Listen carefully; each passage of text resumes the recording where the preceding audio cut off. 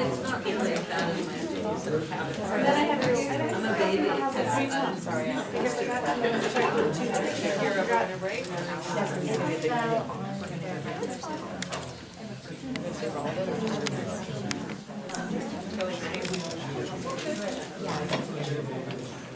Yeah.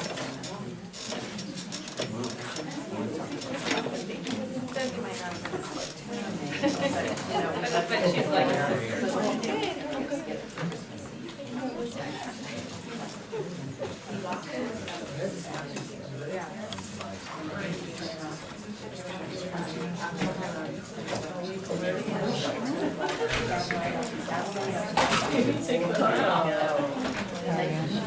I'm happy to be here. What?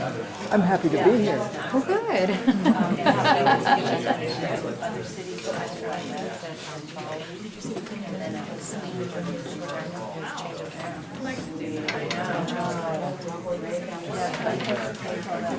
I was gonna say. My husband had a well, but I have never been. What is the program in Australia?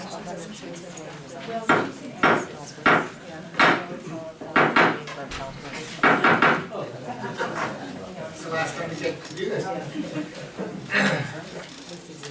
We're going to reconvene open session. We've adjourned the closed session. We have now reconvened, and now we will take the Pledge of Allegiance. Sarah, can you lead us in the Pledge of Allegiance, please? I pledge allegiance to the flag of the United States of America and to the republic for which it stands, one nation, under God, indivisible, with liberty and justice for all. Thank you very much.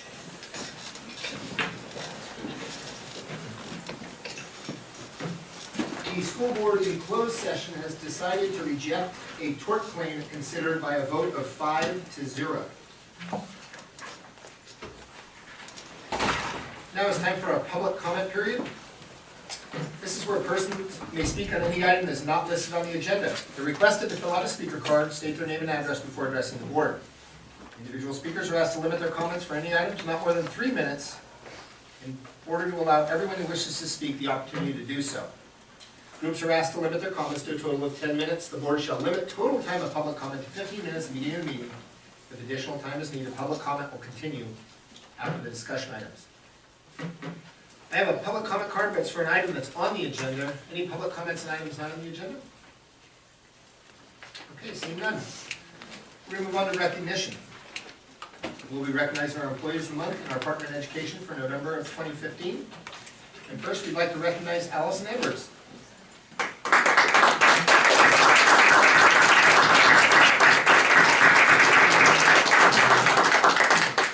Welcome, Allison. Thank you for coming. We appreciate it. In 4 short years, Allison Edwards has evolved from a new teacher to an exemplary instructor and colleague. Fast forward to August of 2015, Allison has, on a daily basis, mentored 2 long-term substitutes and has devoted hours of her after-school and weekend time to this endeavor. Because of her limitless efforts, these teachers are up to speed on the 4th grade curriculum, which includes Writers and Readers Workshop, the new math expressions adoption, how to set up a 4th grade science lab, prepping for parent conferences, needed capacity to deliver assessments in math, reading, and writing, and report card completion. That's a lot. In addition, Allison has single-handedly led the Sleepy Hollow Student Council, a role that has always taken 2 teachers, and volunteered for numerous site committees and jobs. Not once has she denied a request or complaint. Outside of school, Allison has served on the district curriculum committee and is always willing to help with other AUSD committees and projects. Furthermore, she is a treasured staff member at Sleepy Hollow and collaborates with all. Perhaps most importantly, Allison is absolutely devoted to her students and the school. If Allison Edwards represents the future of teaching in public education, then our future and the future of our children is indeed very bright.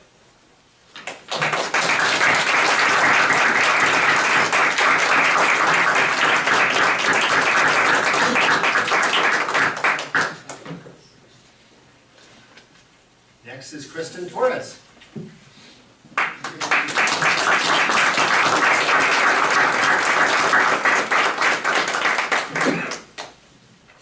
Hey Kristen, thank you for coming. Kristen Torres has served Del Rey as a teacher's assistant for a year. With her dedication to students and ability to step in and do what is needed, she has been an incredible asset to the Del Rey team. As an assistant, she worked to open a craft and game room during lunch recess, which provides variety for students during unstructured time. In addition, Kristen worked with intervention, facilitating Read Naturally for several students. This year, as one of our teachers took a maternity leave, Kristen, as a credentialed teacher, was able to step in as a teacher in a third grade classroom. From day one, Kristen walked in ready. She set up the classroom, worked alongside the third grade team to ensure consistency for students, handled delicate issues with families with poise and grace, and completed the first trimester report card. Kristen is a tremendous educator who puts students first.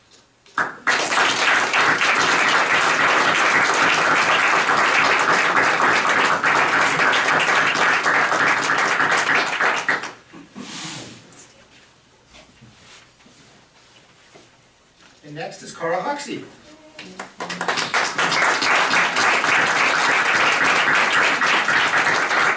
Cara Hoxie is our partner in education for the month of November 2015. It is a great pleasure to recognize Cara Hoxie as this month's partner in education. A product of Orinda Schools herself, Cara decided to raise her family here and spent many hours volunteering at her children's schools. Since 2013, Cara has led the Educational Foundation of Orinda in raising over $1.6 million each year for Orinda schools. This much-needed financial support provides K-3 class size reduction and affords every Orinda student quality educational and enrichment programs, such as art and music. In addition, Cara has worked on the Orinda Association 4th of July festivities and with the Rotary fundraisers, Dancing with the Cars and the Orinda Car Show. We thank Cara for her many contributions and salute her ongoing dedication, commitment, and contributions to the Orinda Union School District.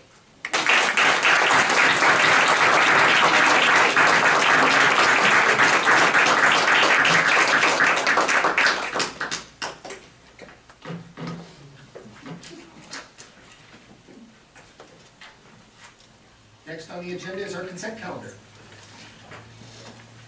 Items listed on the consent calendar are considered to be routine and are acted on by the Board of Trustees in one motion. There is no discussion of these items before the board vote unless a member of the board, staff, or public requests specific items be discussed and or removed from the consent calendar. It is understood that the administration recommends approval on all consent items. Each item on the consent calendar approved by the board shall be deemed to have been considered in full and adopted as recommended.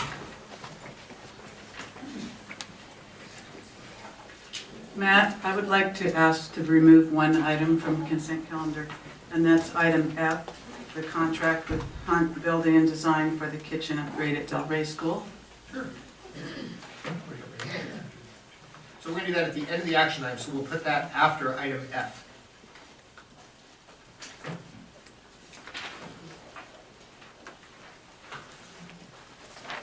Shall I make a motion to approve the consent calendar except for not including item F?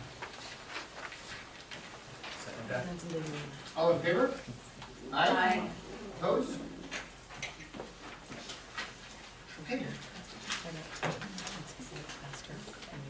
We're now on to item A, annual reorganization. Dr. Jacqueline. Okay, well, this is the time every year that the board gets to consider the leadership of the board and its committees. And so we have the opportunity to, first of all, thank our current president for all his work that he's done this year. My compliments to you for all your dedication and your efforts. And it is now before the board to consider election of officers, including starting with the president. So, if anybody has any thoughts, anybody has a motion?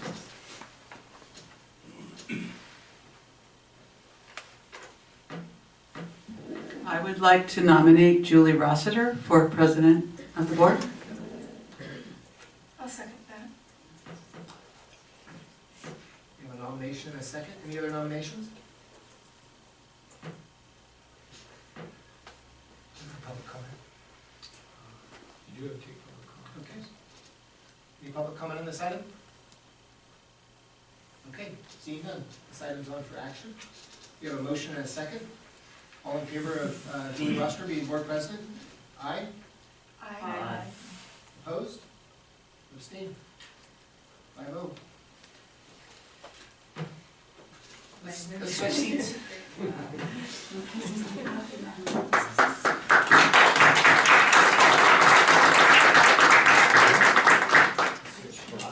Beverages as well.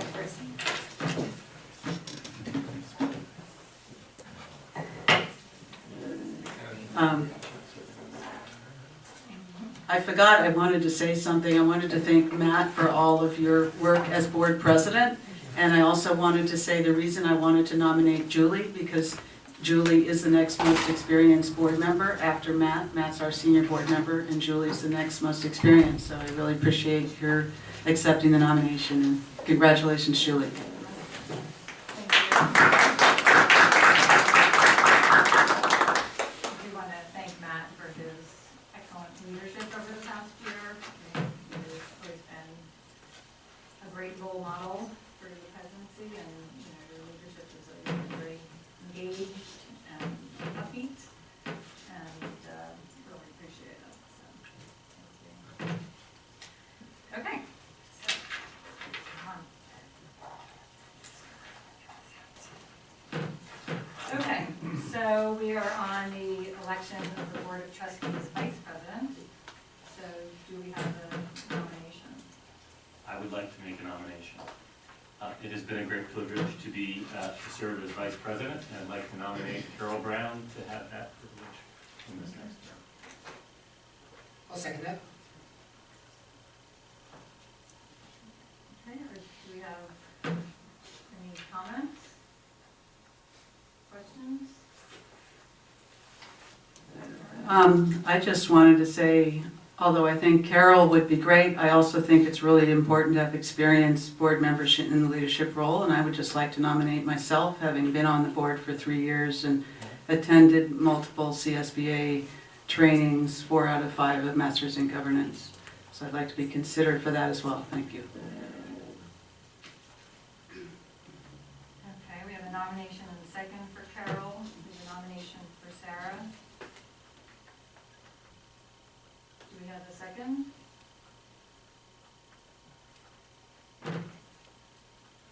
Okay. I'm going to open this up to public comment. Is there any comment from the public?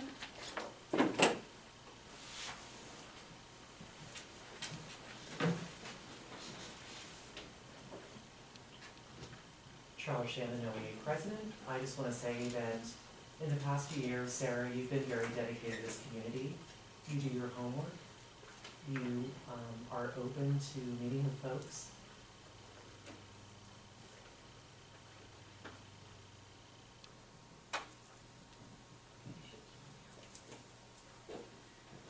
I know OEA members really appreciate your dedication, Sarah. You are an experienced board member. We would welcome you being vice president because we know what matters to OEA members is the transparency and the communication and the research that you have provided to make this a better community. And for all those years that you volunteered at sites, you gave so many, thousands and thousands of hours. That should be recognition for you being an upstanding member of this community who deserves the recognition to be vice president. Thank you. Thank you. Any other?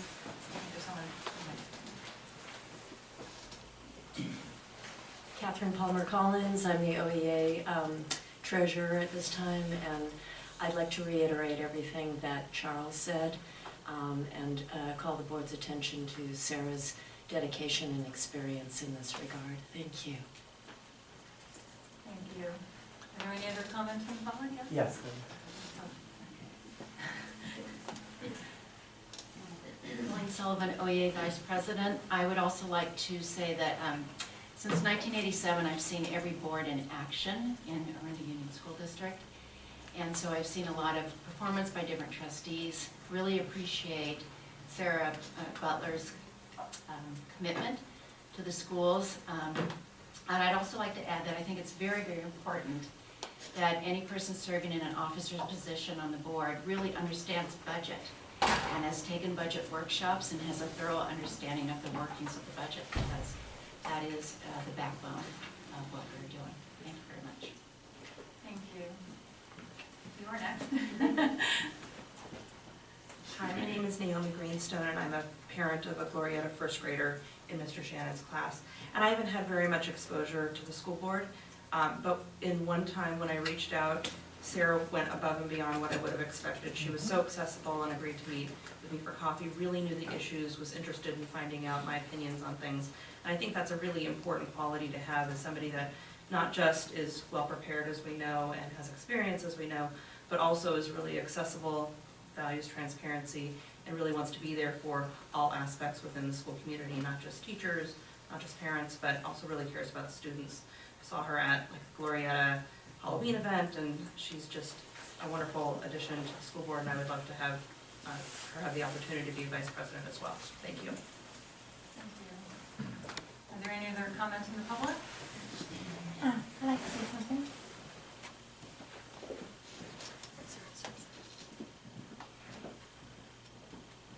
Hello, my name is Amy Chen. My daughter's in 4th grade in Delray. And I just want to say that I have seen Sarah at many parents' meetings, many site council meetings. There are some of you that I've never seen. I've been in the school district for 2.5 years. Based on the report that the consultant gave regarding superintendent search, we are a divided community. There are problems, there are issues. And it sort of, I just entered and it sort of felt like there's some ganging up here. And it's sort of puzzling to see a group of teachers then stand up to speak with Sarah. I appreciate her coming to many events, whether it's EFO, School Site Council, Parents Club. Thank you. Thank you. Are there any other comments? Okay, at this time, we'll go back to the board. Are there any other comments from board members?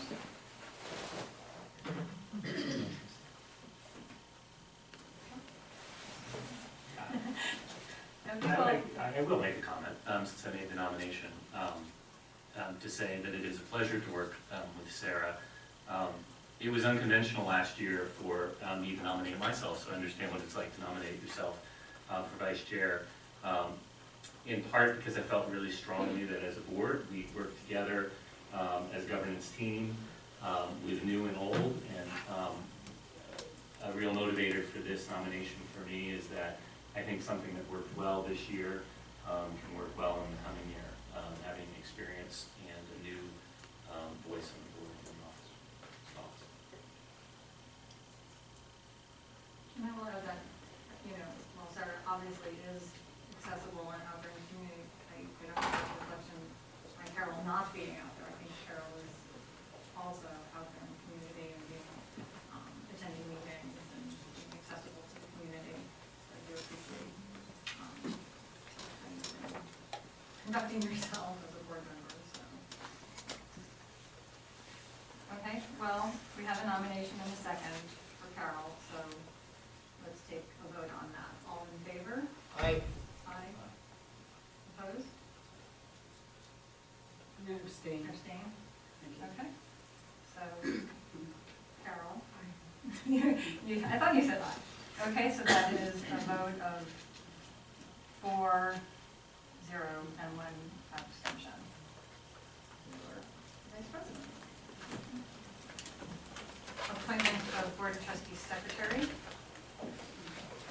Do we do that as a formal, okay, so typically, the superintendent is appointed as the board secretary. So, is there a motion? Did you appoint? Do I just appoint you? Do I have to, Yeah, no, you do I need to take it up to the public for comment? Well, I'm just gonna appoint you. I appoint Joe Jacknett as secretary. Okay, and then the assignment of board committees is on page 96.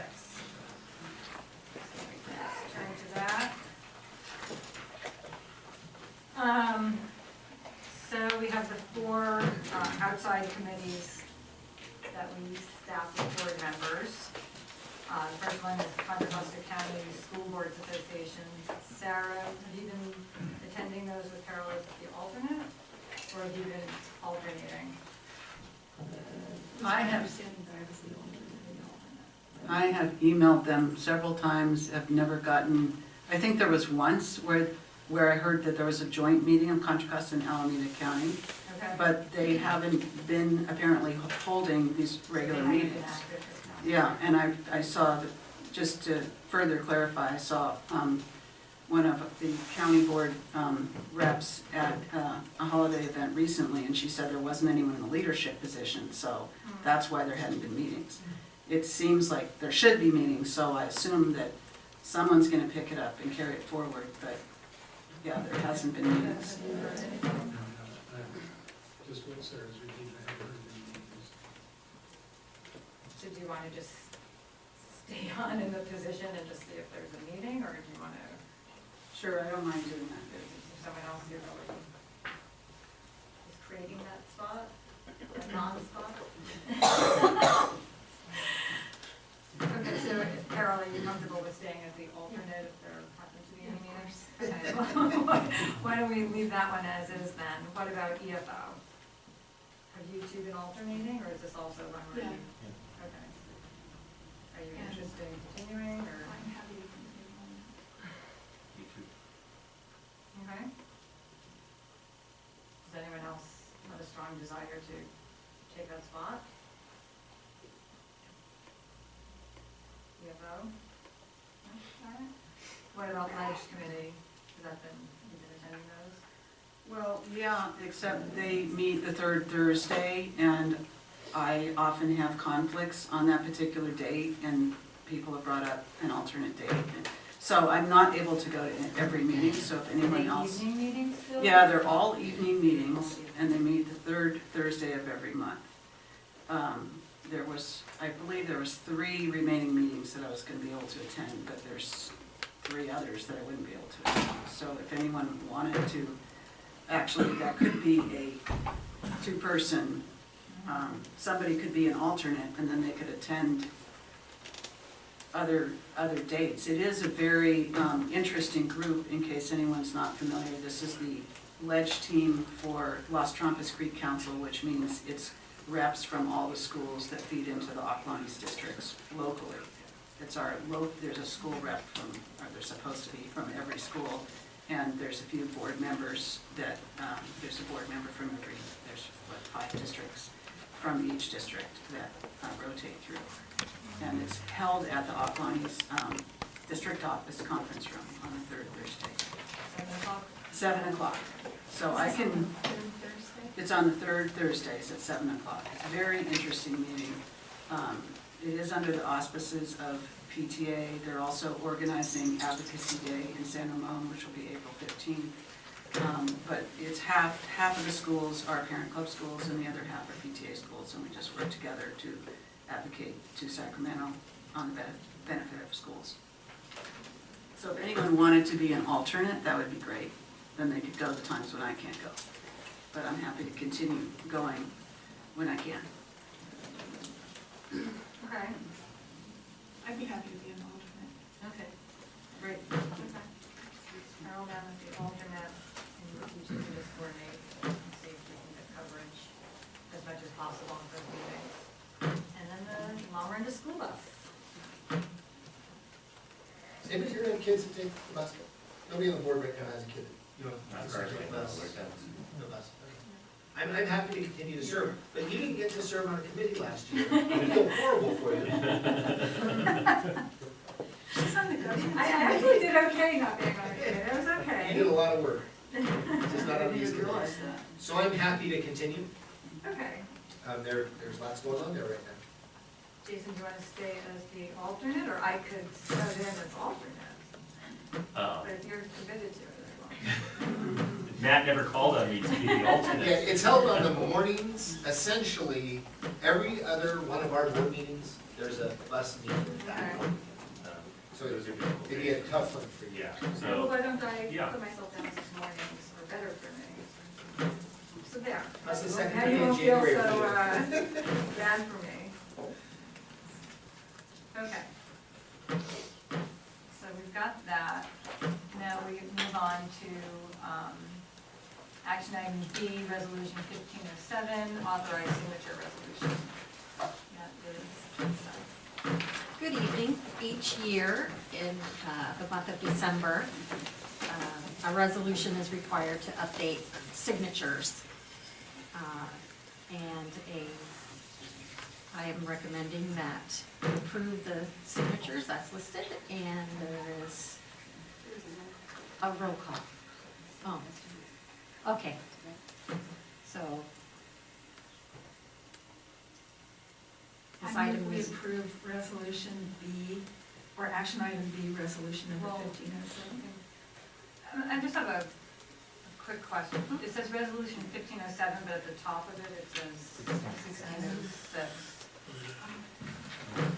You're correct, it should be 1606 on our agenda.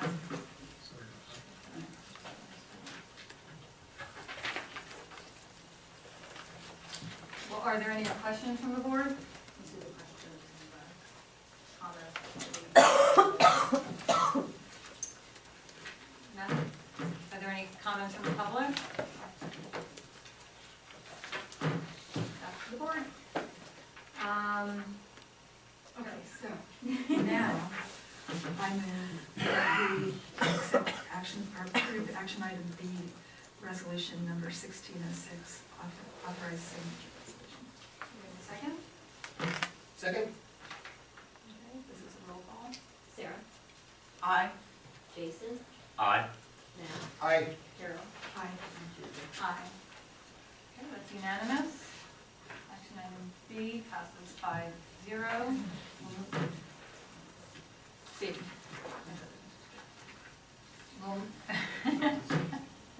We'll move on to action item C, fiscal year 2015-16 first interim financial report. Back to you. Okay. Tonight I'm presenting the first interim and asking for approval of the board to accept our first interim report. Our first interim report is the first review of our financials since we've adopted our budget and the 2 subsequent years following. It is one of the required financial reports that we request approval. We start out at budget, we do unaudited actuals, first interim. We do have an audit report and our second interim. The first interim looks at your original adopted budget as of July 1st. It also looks at your approved operating budget as of now. It looks at, it takes into consideration all of the actual activity that has occurred through October 31st and projects out the remainder of the year. So taking all the information that we know and projects out to June 30th. And then it also takes that information with assumptions and looks at the 16-17 and 17-18 year. The Orinda School District does have a positive certification. It is able to meet its current fiscal year obligations and the next 2 years. In reviewing our revenue sources include our LCFF local control funding formula revenues, federal revenues, state and local. And looking at our revenues for comparing the adopted budget to this first interim report, the LCFF decreased $4,700, federal decreased $2,800, state increased $32,000, and local increased $688,000. And I made a little asterisk there that increase, the majority of it came from 2 sources, which is the local revenue from parcel taxes and parent club donations. But I also do need to make a correction for local revenues. there is a correction of a decrease of $154,000 that I was able to note after my report had printed. So I want to bring that up because as you approve this report, I want to make sure that that is stated, that the local revenues is actually $154,978 dollars less. So we'll make that quick. And that was in parcel tax. The revenue breakdown, when you look at the different types of our revenues, you can see that the majority is coming from our LCFF calculation and the local revenue, which is the majority of Parents Club, EFO, parcel tax. We do have some SELPA revenue that comes through, and we do have state and federal dollars. But as you can see, the majority is coming from LCFF and local revenues. For our expenditures, we have the 5 categories: salaries and benefits, books and supplies, services and other operating expenses that maintain the school's operating, capital outlay, which is equipment that is over $5,000, and other outgo, which we have as agreements between districts that have to be recognized as other outgo. As of the first interim, if you look at the adopted budget and compare it to the first interim, you can see that our total expenditures have increased $1.1 million. The majority of that has come from when we close our books from the prior year, we have carryover. We bring forward the carryover and we put it in the budgets where we believe it's going to be spent.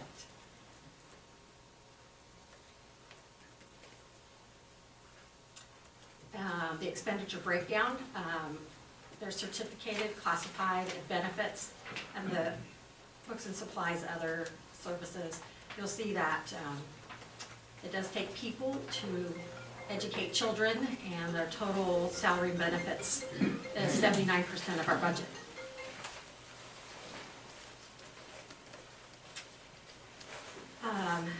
As part of the first interim, we do have to look at and analyze the current year plus the 2 years out. It's part of the requirement for approving the first interim.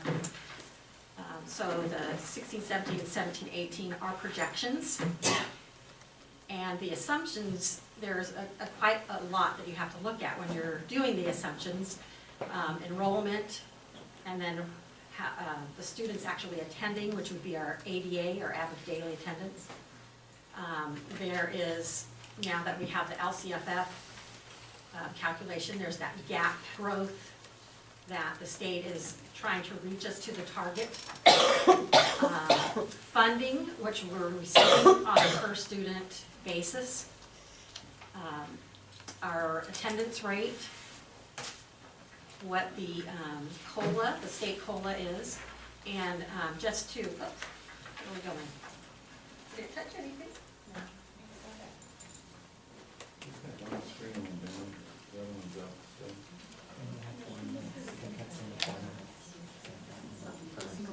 Oh, is it?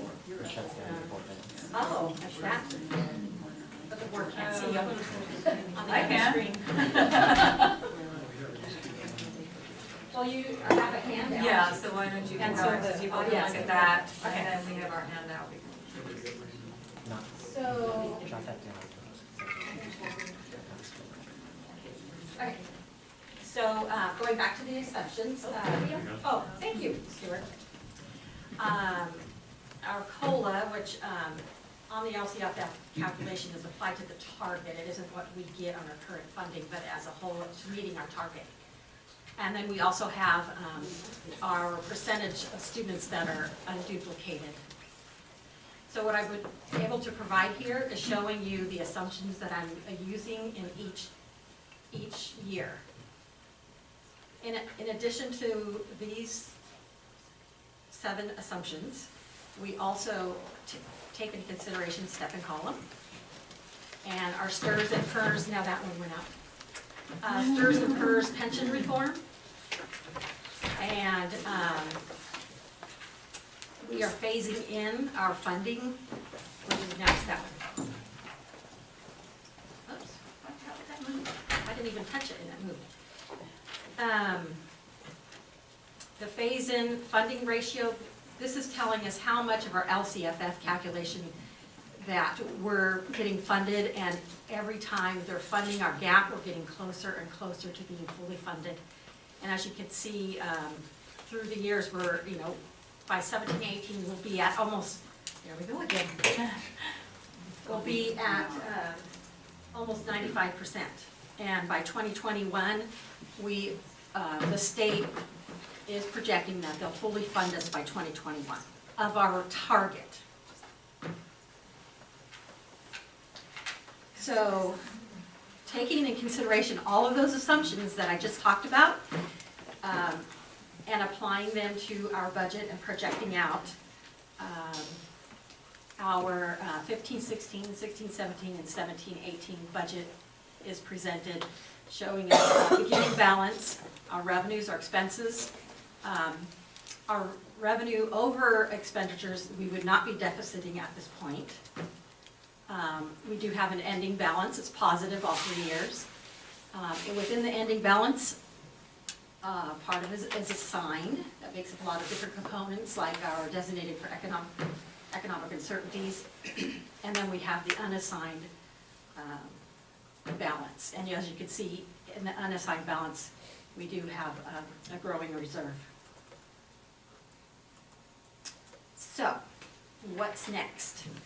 The governor's budget is coming up in January, and we'll get a first look at it. I'll be attending a workshop up at Sacramento where they're decipher the whole report, and I'll bring back that information back to the board and see how that impacts my projections, because right now this is based on the information that I know as of now and how that would change with the governor's proposal. We're still working with the collective bargaining settlements. And I'll begin to develop the 16-17 budget as soon as we have a proposed budget based on the governor's information. And you'll see a second interim report which would reflect that new information, which will be presented to the board in March. So financially, that's where we have covered since budget adoption up until now. And it's recommended that the Orinda Union School District file a positive certification for the 15-16 first interim report. Thank you. Are there any questions from the board? Yes, I have a couple questions, thank you. Thank you for your work, Teresa, and on this and your report. And I just wanted to go back to the slide on page 4 of our handout, which is, it says at the top 2015-16 first interim revenue. I just wanted to compliment the community for the large amount of local revenue that we have, 34% of local revenue. And the slide above that, looking at this page, where you mentioned that line local increased. I'm just curious, did our parcel tax increase, or is it? Yes, parent it did. I'm not sorry if you stated it, but I missed it. Yes, both our parcel tax and our contributions from Parents Club have increased. As I mentioned, that the increase though in parcel tax wasn't as much as I thought it was. It is decreased 154,000. So that number, that 688,520, will be reduced 154,000, and I will reflect that in the second interim. But I wanted at least to have that noted, so as you approve this first interim report, that you can note that correction. Okay, thank you. I'm just curious, do we expect that parcel tax increase, whatever amount it is, to continue ongoing? Is that from additional properties being developed, or is that more to do with the tax assessments? The parcel tax remains the same, the dollar amount, but what has changed was my projection for parcel tax. And then also, this was my first year in working with the parcel tax, the county assessor's office. So I've learned a lot about parcel taxes. And so that's where the change has occurred. Okay, well, thank you so much for the work on that, and thank you to the community for not only our parcel tax, but also our parent fundraising. It's obviously very key for us. And then I think I have one other question. Hey, Sarah, before we move to your other, do you mind? Sure. I had a question, Yeah, go ahead. same line. And you've explained a portion of it, the parcel tax, you're getting the system down in terms of correcting it. That's a big number difference. In the Parents Club side, does the difference between the adopted and the interim have to do with overall increase or the timing of the receipt? I read somewhere that you have to do it on a cash basis. Yes. And so that might be a number that just happened to be the timing of when parent clubs come in, funding comes in, or is there a fundamental change going on? Or do we know yet? We use an estimate for the donations that Parents Club will provide. There are a few items that we do know of, but when the Parents Club takes action and makes new changes and purchases new items and funds new staff, that is when it is increased, as when we know it. Got it. So a parent club expenditure on a new cow at one of the campuses gets reflected as revenue. And an offsetting expenditure. Exactly. And just to go back to Sarah's parcel tax question, just to clarify, the parcel tax is a set amount per parcel, Yes. so any Right. increase must be due to either new homes or people. Yes, and we have had some new parcels, and then also looking at the review of who is being assessed. There were some additional revisions to that. I actually have to go through the parcel tax rolls and look at everyone who's being assessed. And we do have exemptions for our seniors, and we do have exemptions for unbuildable parcels. And so with the new residents and the revisions within the tax rolls, that's where the increase had occurred. Thank you.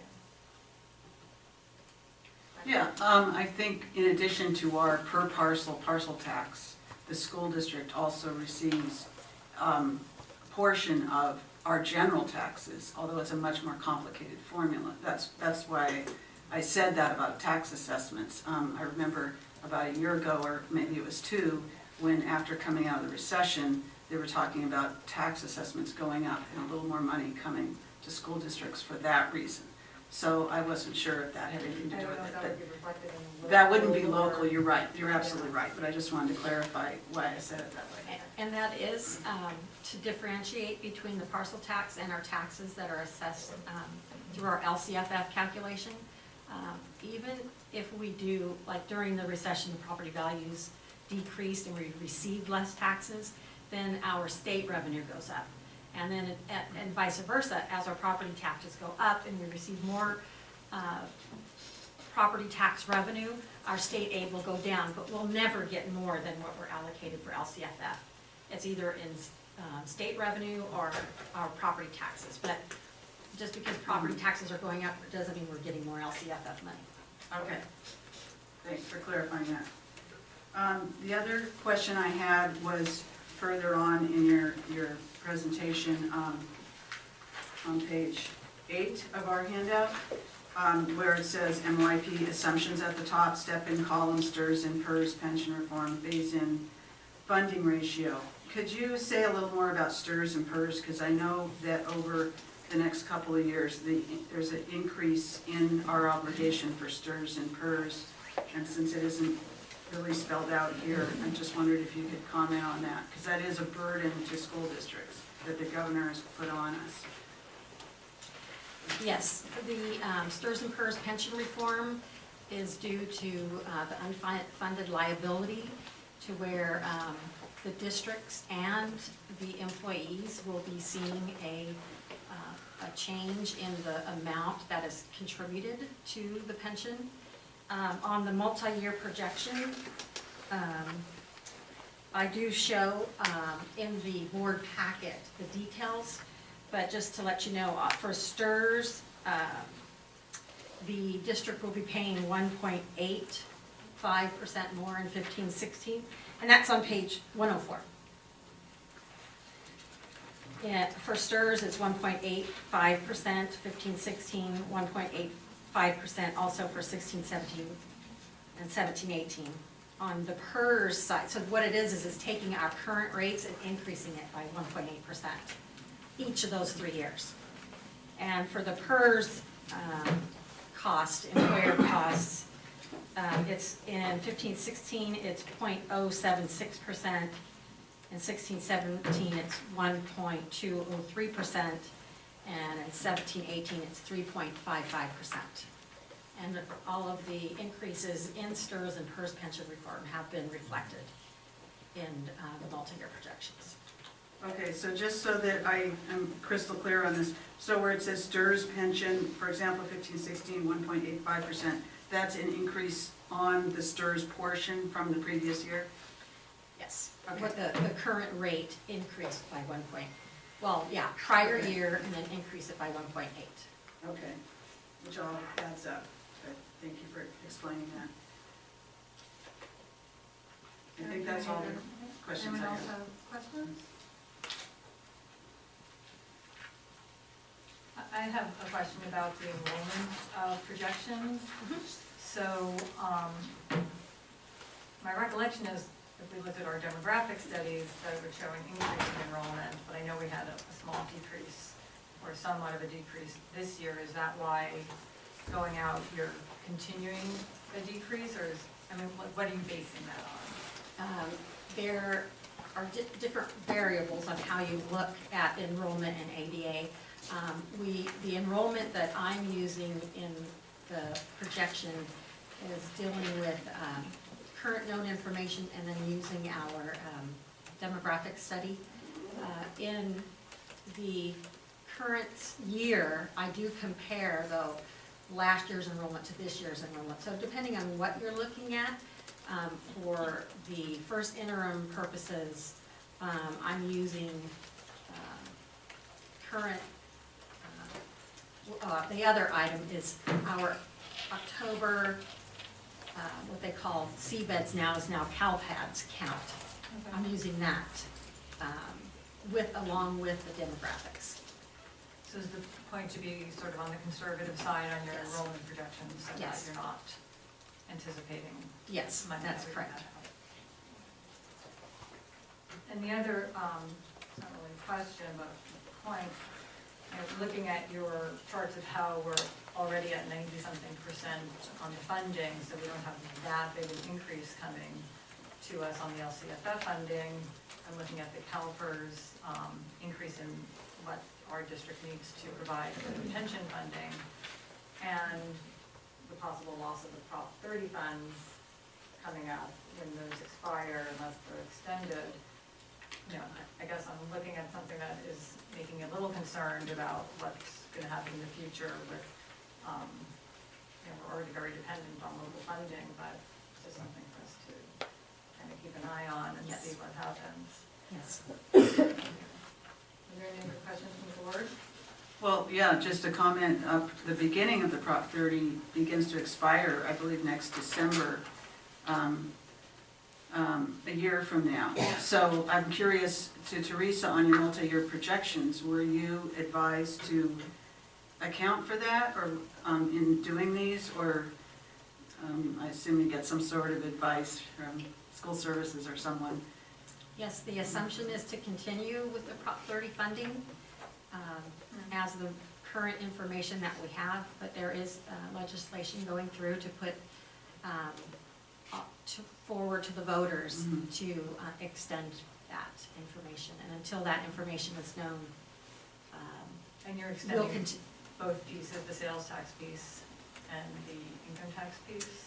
There's actually, I don't know if they're going to combine the I two think the into legislation is one. focusing on letting the sales tax expire and focusing on the other piece. On the personal income tax. But in this, you're saying we're looking at it as if it's all continuing. Right, and, But The the income tax doesn't expire till later, right. so I But I don't, thought that legislation that they're looking at. oh yeah, it includes it. Is not looking at including the sales tax. That's right. Agreed. But I mean, in terms of the multi-year projections, I don't think the income tax expires till 2018, and that's Right. when this Yes. runs out. But yeah, so that's, that's on the next November ballot a year from now. That'd And be very the- important to us. And the assumption is that we will have to take direction from the state if they are not going to fund the Prop 30 that does not get approved through legislation, that the state will need to give us some direction as to, are they going to fund it through other sources, or are they going to make us do budget cuts? Those are our two options. Right. If there are no other questions from the board, I'm going to take it to the public. Are there any public comments? Yes.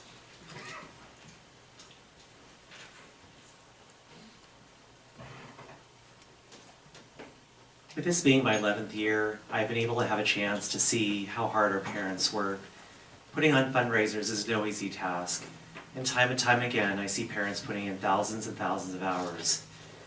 With that aside, I also see parents putting in so much volunteer time. In my own class, I see parents reading books aloud, working in the library, doing the field trips, putting on different projects in the classroom. It's just so remarkable, the work that our parents do, and still manage to, be very active in their careers and donate money. I admire our parents so much. I feel very blessed to be working in this district side by side with parents that care so much about their kids, like parents do in any district.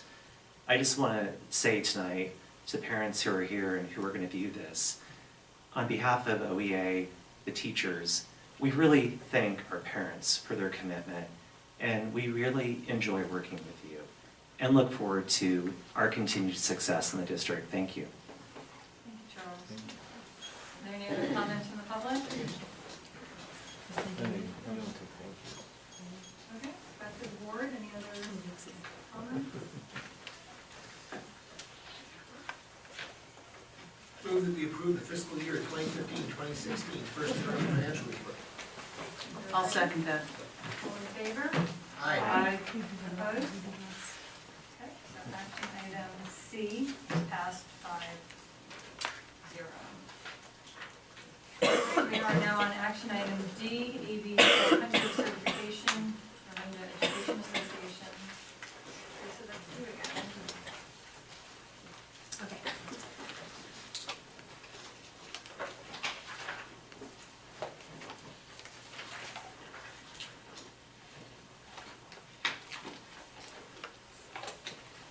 The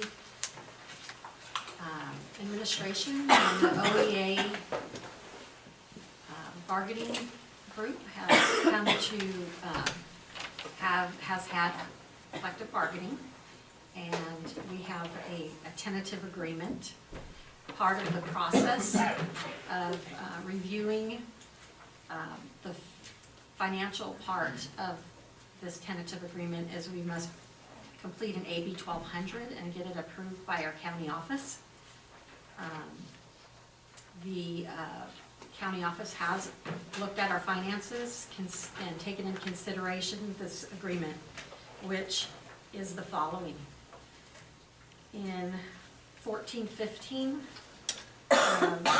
there'd be a 1.5% increase, along with one-time funding of $2,667 per FTE.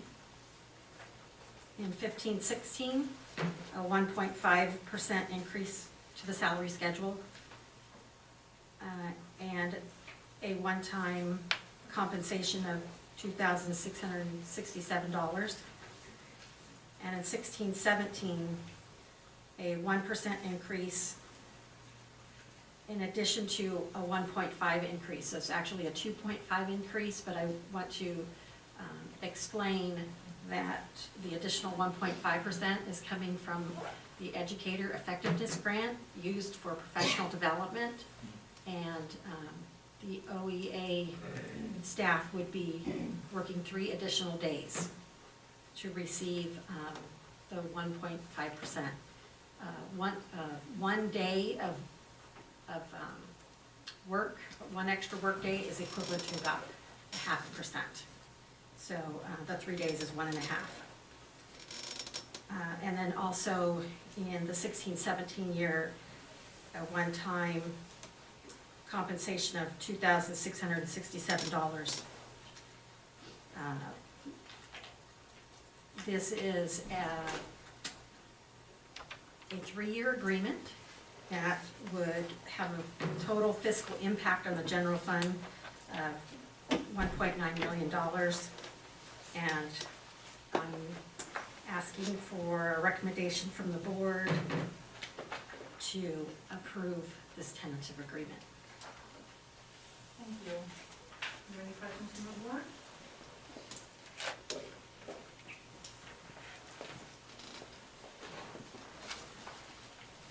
Are there any comments from the public?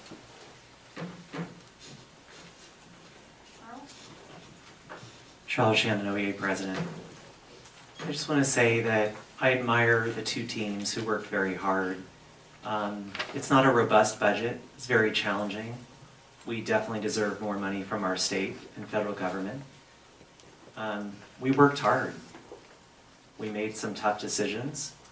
It's a very modest increase for the work that teachers do. We put in a lot of extra time, but it's acknowledgement. And we look forward into the future to examine our budget and figure out how we can pay teachers a fair salary for the work that they do. I just wish in our culture we value teachers more in terms of what's owed to them financially for the number of years they put in to become teachers and the dedication that they provide our school districts. It's the most important thing we do for our society, is educate our children.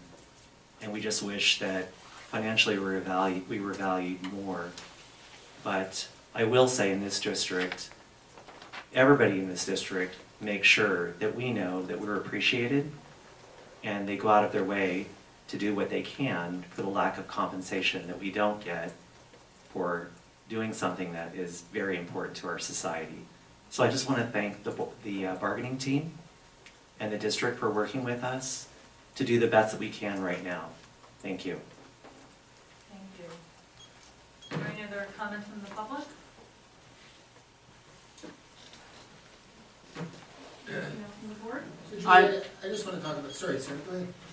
I was just going to agree with what Charles said in terms of not being funded well enough from the state for our teachers for education in general. As a member of the legislative team, I am very conscious of that every week when I get emails from our leg team. So we all need to impress on the state that we need better support for education. Thank you. Thanks, Sarah. The only thing I wanted to point out was the significance of the 3-year agreement. And I want to thank the bargaining team, the teachers, and OEA leadership for their working with the district's bargaining team in coming together to forge a 3-year agreement. I think the 3-year agreement is so significant. I want to thank the superintendent and his team. With your retirement, Joe, in January, for a superintendent to be able to come in and have an agreement in place through the 16-17 year is a real gift that you're giving the district and the future superintendent that will be coming in. And it's, I just think it's really, really significant. It should be acknowledged. I've been on the board for 7 years, and we've had a series of 7 one-year agreements, usually done the year after the teachers have provided the service to our district. And to be able to get out in front of this, I hope gives us an opportunity as a school community to get out in front of the budget where we can make sure that teachers are acknowledged up front when we do our budget planning. So I'm really, really excited we got a 3-year agreement. And I want to thank both parties for all their efforts, but especially the gift that the superintendent and both bargaining teams are giving the future superintendent coming in of an agreement in place between 16 and 17. I just think that significance can't be overstated. Totally agree. You said it very well, so thank you. Any other comments from the board? I would just like to thank Charles. I don't think that we're ever going to be able to afford to pay our teachers what they will bring. But one of my goals as a board member is to make sure that we have the happiest, most satisfied group of teachers around.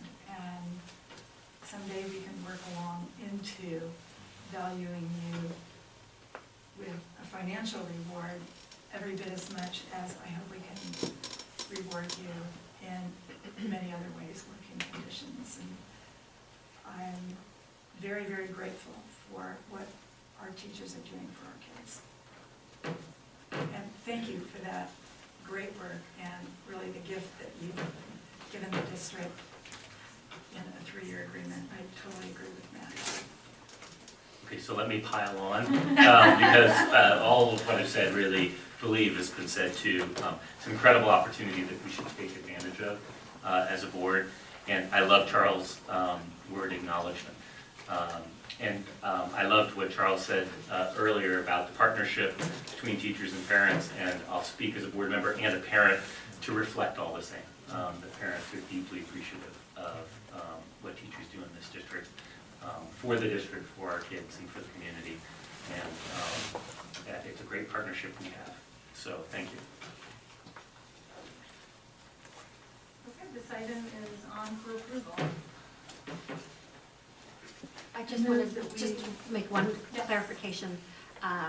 On the 16-17 year, the 3 additional days, that is an additional 1.5%, are 3 professional development days. I didn't mention that. That would be funded by the Educator Effectiveness Grant for one time in the 16-17 year. For that year. Yes. Thank you. Carol? I move that we adopt action item D, the AB 1200 certification of the OE. I'll second. All in favor? Aye. Aye. Opposed? Okay, that's 5-0 in favor of action item D.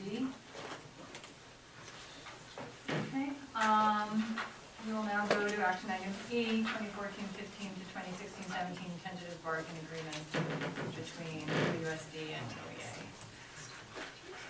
So I provided you the financial piece that, through the AB 1200, that the County Office of Ed has reviewed and approved. And this tentative agreement includes, in addition to the financial piece, the contract language, where there were some revisions to some articles regarding the definition of the immediate family, TKK prep time, additional staff meetings, continuing with the current memorandum of understanding, and continuing that for another year, the expanded bereavement leave,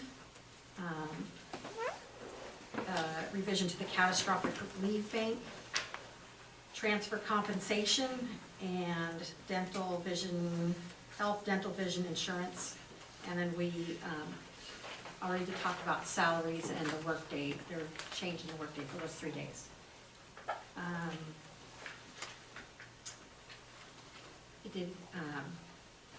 This is the tentative agreement that has been more or less memorialized to go out to the members for agreement. Does anyone have any questions regarding the items? Any questions? Any comments from the public?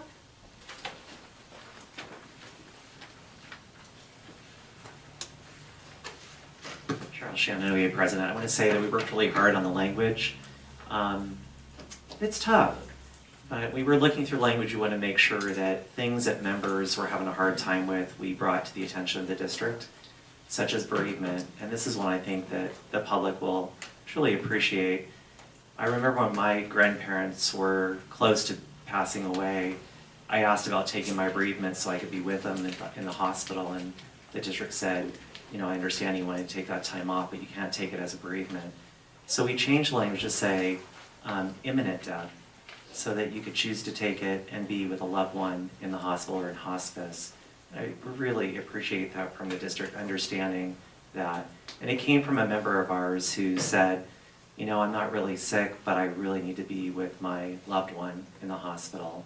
And we said, well, you know, take the sick time and we're going to work on this. And we put her on our team and she advocated for it, and the district clearly understood the importance of it. I really appreciate that. On another note, for maternity leave, we talked about not having the member have to pay a differential for 10 days before they receive their compensation. And again, one of our members said how hard it is to have to pay some money out of pocket and not receive the same, you know, monthly income. And again, the district understood that. And I think that you really care about teachers and how tough it is. You know, we work hard, and we do the best we can financially.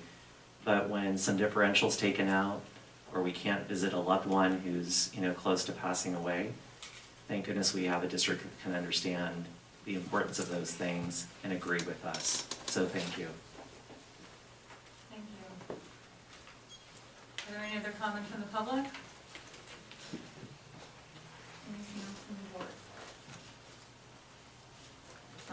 I'll just say, I think I appreciate all the work that went into this and clarifying language. I think it's really important that we have clear language in the contract, so thank you to both sides of this and for everyone. Thank you. This item is on for action. I move that we approve the 14-15 to 16-17 tentative bargaining agreement between the Orinda Union School District and the Orinda Education Association. I'll second that. All in favor? Aye. Aye. Opposed? Action item E, unanimous. And we will now move to action item F, superintendent employment agreement, amendment. Thanks, Julie. So I've asked the superintendent to leave while we have this discussion relative to an amendment to his contract. CalSTRS has offered a restructuring opportunity to certain employment agreements effective January 1, 2015, and that window closes December 31, 2015. That action would have to be taken at a regularly scheduled public meeting. So this is our last opportunity if this is something we want to do. The superintendent's contract language, superintendent's contract was written in 2007. It's my understanding it was based on the contract that was written for the previous superintendent, Frank Bernetti. So the contract goes back quite a ways, and the language in the contract is problematic in the eyes of our attorneys and the eyes of CalSTRS. And it's the problematic language in this contract says that the superintendent shall not receive health and welfare benefits. Instead, the superintendent shall be paid an additional amount. It's specified here. It started at $1,112. It's now $1,938. Shall be paid an additional amount monthly as salary. And CalSTRS in their potentially, it's very hard to get a read on how they're going to interpret contracts. But in this opportunity to restructure this contract, it's an opportunity to clarify to CalSTRS that this amount on his contract was intended to be treated as salary.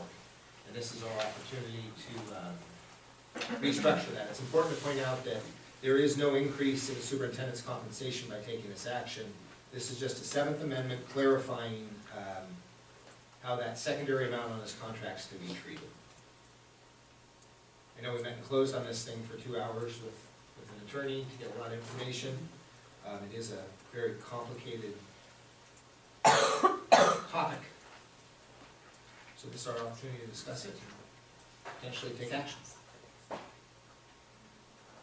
Well, and I want to make clear in my mind, the reason that we're looking at this is because CalSTRS changed the law. And before 2015, cash in lieu of healthcare benefits and other fringe benefits or compensation was treated as part of salary for pension calculations. And this is a change in law that is impacting people who have that kind of language in their contracts. So we have an opportunity to clarify what the intent of our contract with Dr. Jaconet was.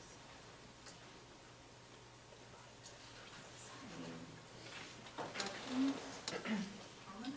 Well, I'll just make a comment that, although we discussed it when I saw the wording in the board packet here about, how this could be revised, seeing it all put into the base salary as a total amount surprised me. And although it does raise questions, the previous paragraph regarding health and welfare benefits, where it says, comma, as salary, at the same time in the previous contract, it had a base salary amount listed, and then it went on to the next paragraph, explaining health and welfare benefit, well, not where it says the superintendent shall not receive health and welfare benefits, instead shall be paid an additional amount as salary, but it also indicates that that amount would increase based on the increase in two-party HMO premium increases. So, you know, in terms of what was actually done before, it wasn't as clear as, even though it says as salary, it isn't clear that it really was intended as salary, because it's listed, in my mind, that's the way I see this, because the way it's listed as a separate base salary, and then this is an additional amount. So I'm surprised to see it all listed as a base amount. Until this year, even if it didn't say as salary, under CalSTRS, they would have treated it as part of compensation for pension purposes, right? Because cash in lieu would have been treated that way. So I mean, Until here we have- 2015. in my mind, it's almost like we have this additional wrinkle where it does call it salary. Right, well, yeah, You know what I'm saying? I feel like that's up to CalSTRS to figure that out. We have our contract, and we upheld our contract, and I just have concerns with changing it without enough facts. I didn't feel like we were presented enough facts in terms of how, for me personally, in terms of how it had been paid and all of that. So I just wanted to express that. I still have concerns about it. I'm trying to understand your concerns. It says as salary. As salary, because the previous contract said a different amount as salary, as base salary, it said. And then there's a paragraph which goes on indicating the superintendent shall not receive health and welfare benefits. Instead, he should be paid an additional, the original amount was $1,100 monthly as salary. And then it goes on, the superintendent has the option of participating in health and welfare benefits. And the amount, this amount, that amount above, shall be adjusted each year as an amount equal to the highest two-party HMO premium plus the two-party dental premium plus the two-party vision premium. To me, that indicates that it's clearly being given to pay for health and welfare benefits. And I just don't feel comfortable myself voting to restructure this, because it seems like this is something that's up to us to work out. I guess from my perspective, I feel like us not restructuring it, like that it's part of salary, is not honoring the terms of our contract with them. Because under the contract, it says that this will be treated as salary, and but for the fact that CalSTRS has changed its definition of what they're going to include in that, this would have been treated as that for him. I just think it's, you know, sort of the honorable thing to do is to treat it the way it was intended to be treated. I think this is pretty unambiguous. It says, he shall be paid an additional X number monthly as salary. I just I don't understand how we can interpret it any other way than this payment in lieu of benefits is salary, it says it's salary. And if CalPERS is gonna change the law to basically invalidate the agreement that we've had with the superintendent for 8 years, I think that, I agree, it's the honorable thing to do is to trying to figure out how to say this. To agree to the terms of the agreement that we wrote, whether it's a great agreement or not is irrelevant, but this contract has been in existence for 8 years, it hasn't been rewritten, and it says additional money as salary. So I don't see that there's any ambiguity here.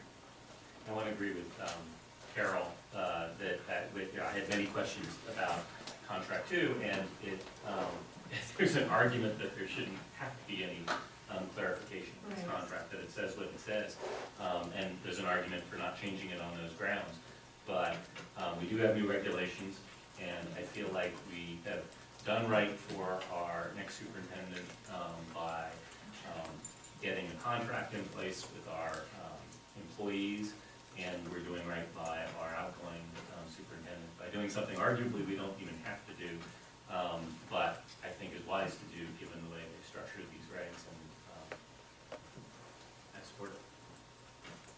And just to piggyback on that, the other thing it does is it sends a message to any potential superintendent that's looking at our district that we are an honorable district, or at least, we're certainly an honorable board, and that we're going to live up to the word of the contract of our superintendent.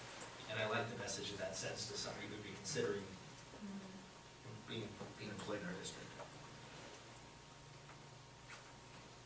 I hear you. I also just wanted to comment though, I think we can agree to disagree. I just felt like I didn't, I also didn't mention that I looked on Transparent California and didn't see consistency in benefits, and didn't feel that I personally got enough factual information on how it was actually carried out to be comfortable voting for this. But I also wanted to say, in terms of our next superintendent, I feel like we can negotiate a contract with our next superintendent regardless of what we do here. That's an independent, separate matter. Any other questions, but any other public report? Take it to public comment. Is there any public comment?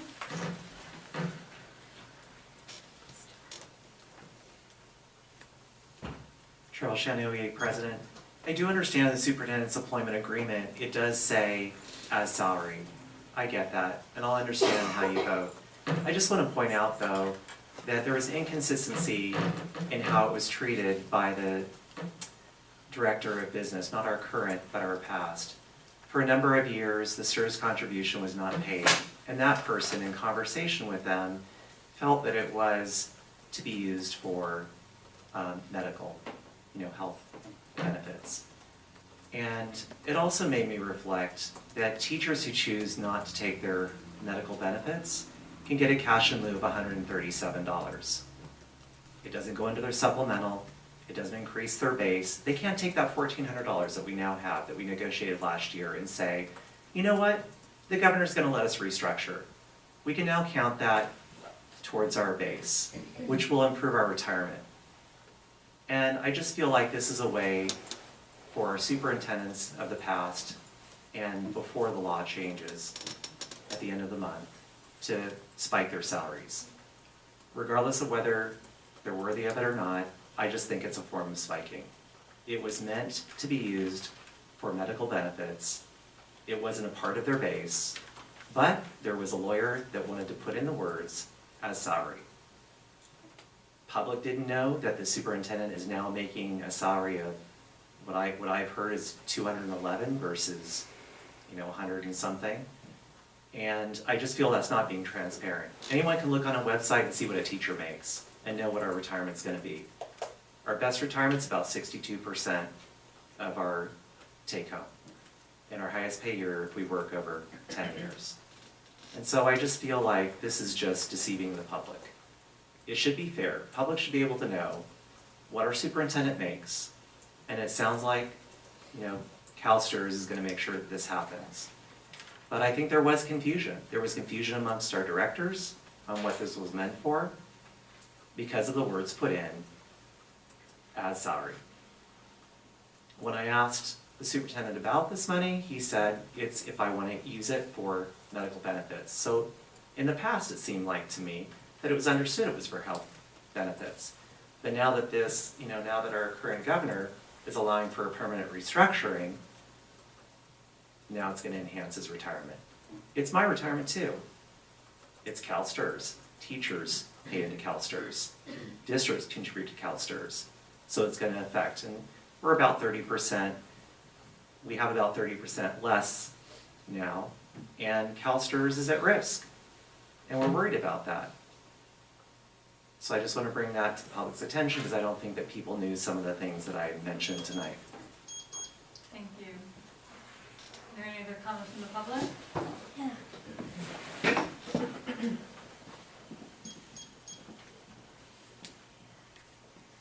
Hi, my name is Amy Chen. I'm a parent of a fourth grader at Del Rey. So,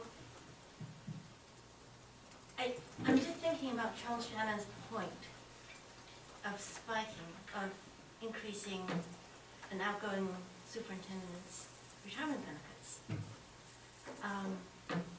That's going to come off what we're going to pay teachers and what happens in the classroom down the line. It's a future obligation. So if you have kids in second or first grade, that's going to impact them down the line when they're in middle school or high school. I've been very, very frustrated with the whole,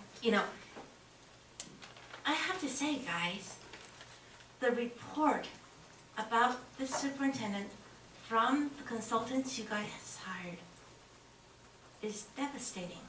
The challenges, the lack of morale, the low morale in your team and your teachers. Why am I here today? The light bulb went on. My daughter had a really difficult time last year in third grade. She had an excellent teacher in second grade. This year, she's having a very good year. And this is what her fourth grade teacher told me, told all the parents during back to school night. Your children will spend more time with me during their waking hours than they will with you. Let's think about that, guys. The most valuable person in my life is in their hands. It's in their hands, people.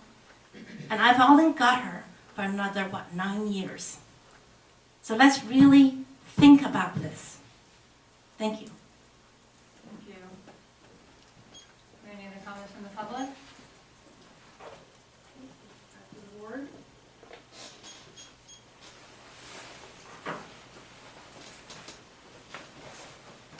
Any other comments?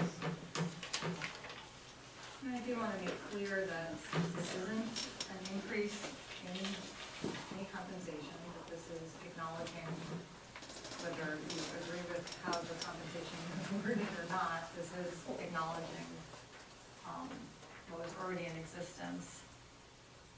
And like I said, whether it was called salary or not, Cashin prior to this year was considered part of salary for pension purposes. So in my mind, especially with the language in there of calling it salary, whether you agree or not with whether it should just all be included in one base salary and be very clear, which I do agree with, I do think it's the right thing to do to acknowledge the intent of the agreement, and therefore I'm in favor of this Seventh Amendment. And I want to underscore that it is the transparent thing to do. I really appreciate actually Sarah's comments today and earlier when she tried to look online. And Charles, from the audience, if you look online, there's lots of places this information is now. And the information, because of the nature of this contract, didn't seem to come across clearly. I think we have an obligation to make it clear, not only in this decision tonight, but in future contracts, so it's very clear what people are being compensated. So. It seems to me that, I mean, I've heard the term pension spiking, and I've been reading the papers, and it seems to me that pension spiking that of the kind that has been in the papers is somebody not taking a vacation and accruing a lot of sick leave and accruing massive amounts of vacation, and then taking that pay in lieu of a vacation in their last year of employment, thereby allowing them to make more when they're retired than they were when they were working. That's what I've seen in the papers, and this doesn't seem to me to be equivalent to that. Well, like I said, this is not increasing compensation. This is just acknowledging what that compensation is. Like I said, I mean, it's on us to be very straightforward and clear contract coming going forward. Okay, this is on for action. I move we approve the superintendent employment agreement, 7th amendment. I'll second. All in favor? Aye. Aye. Opposed? I'm opposed. Okay, opposed 4-1.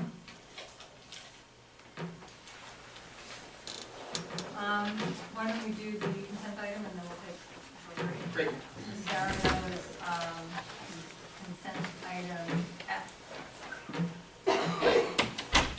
Right, consent item F, that's the contract with CR Hunt Building and Design Inc. for kitchen upgrade at Del Rey School, page 17 in our board packet. I asked to pull this primarily because I got a call from a parent today raising questions about it, and I realized I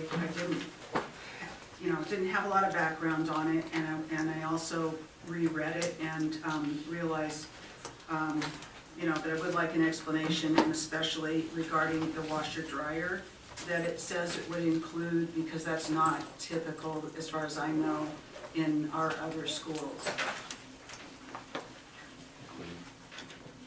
Honorable Board,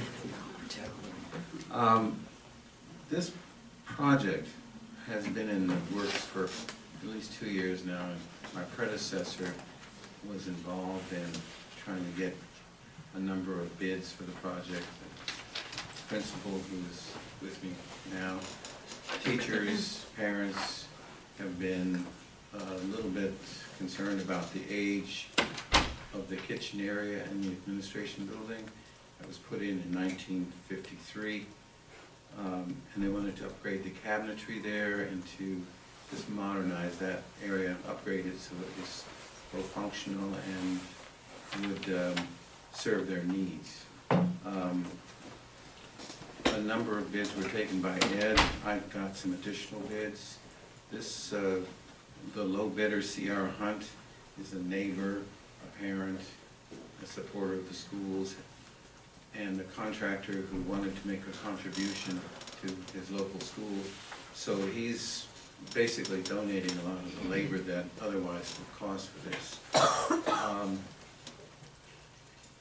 Principal who's here with me can explain the need for the washer dryer. I asked the same question and I got a pretty good answer from her, so I think I'd like her to explain that. It's a little stackable apartment washer dryer, and there are several reasons that we wanted to put one in. One is that we clean our own kitchen, and we have to use rags, and every week we're taking home laundry to do from the kitchen. And then on top of that, the PE bibs and all of those things that get used could be laundered right we could do it ourselves right at school and get them cleaned up. They're pretty yucky. And then thirdly, the blankets that are on the health bed get sent out. And most of the time don't come back. We have to go finding where our blankets are, the little health blankets that go over the little mattress, you know. So it was one of those things that we thought would help us be hygienic and just create less trouble for teachers who are taking kitchen patrol, believe it or not, to do dishes and laundry and everything every week. That was it. And so it's not a terribly extravagant kitchen. We're reusing what we can. The disposal's being reused. The stove is being reused. You know, the refrigerator is not ordered new. So it's not like it's a really extravagant kitchen, but it will be hygienic. And right now, we aren't hygienic. And I won't even eat off of the plates in the kitchen because I don't know how they got cleaned the last time. So, you know, this is just making it a place where people can go and have a clean environment to have their lunch and their breaks and whatnot. Okay, one more clarifying question for those of us not that familiar with Delray. Is this the kitchen next to the, is it called the NPR, the cafeteria? It's not the NPR kitchen, it's the staff room kitchen. So it's between the office and the staff room. There's a little staff bathroom right there, and it's the place where the staff stores their lunch, where they do their dishes, where everything happens for just the general staff use. Okay, and then just one other question, since it said, and of course I appreciate the fact that it says somebody's donating their time, the contractor, that's of course wonderful, but it still says it costs $27,629 entirely from Delray donation funds. So was that, was this reviewed with the parent club or the site council, or what kind of process did you go through? Donation funds are not like annual fund or parent club donations. This is a little fund that, for most of the money that comes into donation funds, has been years of saving the kickback from the photographer, you know, little one-time donations that come in, they've been put in there. So it's not taking, that donation fund is not taking a thing away from Delray students or classroom supplies or anything like that. That's been an account that's been there for when we've needed it. And the staff and the Parents Club felt like, and I can't say this went to Parents Club vote or anything like that. This has been Parents Club people who work for the hospitality committee, who've come in, by the way, and redone the whole staff room and said, when are we going to get this done, that kind of a thing. Okay, thanks for that clarification. Sure. Any other questions? Any questions from the board? Comments from the public?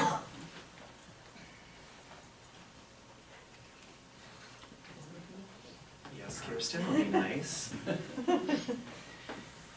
I am happy that they're requesting something that other sites would love to have. It'd be nice if every site had a washer and dryer. I appreciate the comments you made about that. Teachers take them home and they pay their own electric bills and they wash those things. We have kitchen duty. But I want to point out, I have a parent here tonight who asked the district about purchasing, unbeknownst to me. I mean, this parent came to me and said, I'd like to do this for you. My classroom was really hot one day and her son came home and said it was really warm. And she wanted to purchase a standalone air conditioner unit. She and her husband went with the superintendent and he said, well, you know, the equity card? Not everybody in the district can have that. That's not equitable. I don't want to take away washer and dryer from Delray because I believe there's times when things aren't equitable, but they can get better little by little. So why should we stop one school from having a washer and dryer when maybe in a few years we'll all have one? Just like maybe I would have had a classroom conducive for learning, but my kids wouldn't be passing out or getting bloody noses or really not taking in the learning because a parent agreed to purchase a little air conditioner unit. Things have to change in this district. This whole thing about equity, yeah, there's legal ramifications, but has anyone ever sued a district? I don't know. I haven't really been able to discover that. Because I think in the end, people agree, we want to do better for our students. We want to do the right thing. maybe there'll be a lawsuit, but I think our lawyers are smart enough and they'll figure out a way to get through it. Thank you. Thank you. Any other comments from the public? Comments from the board? Did you want one too? This one, Julie, I have to recuse myself, see, our hunted customer. Okay. Well, we recuse ourselves. This item is up for action.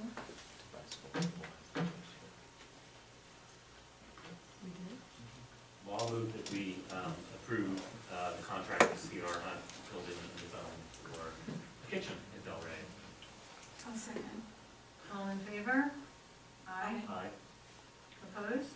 I'm going to abstain from this.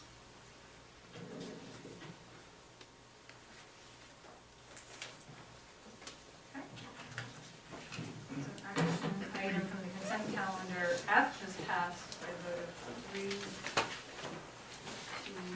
0 with 1 abstention and 1 recusal.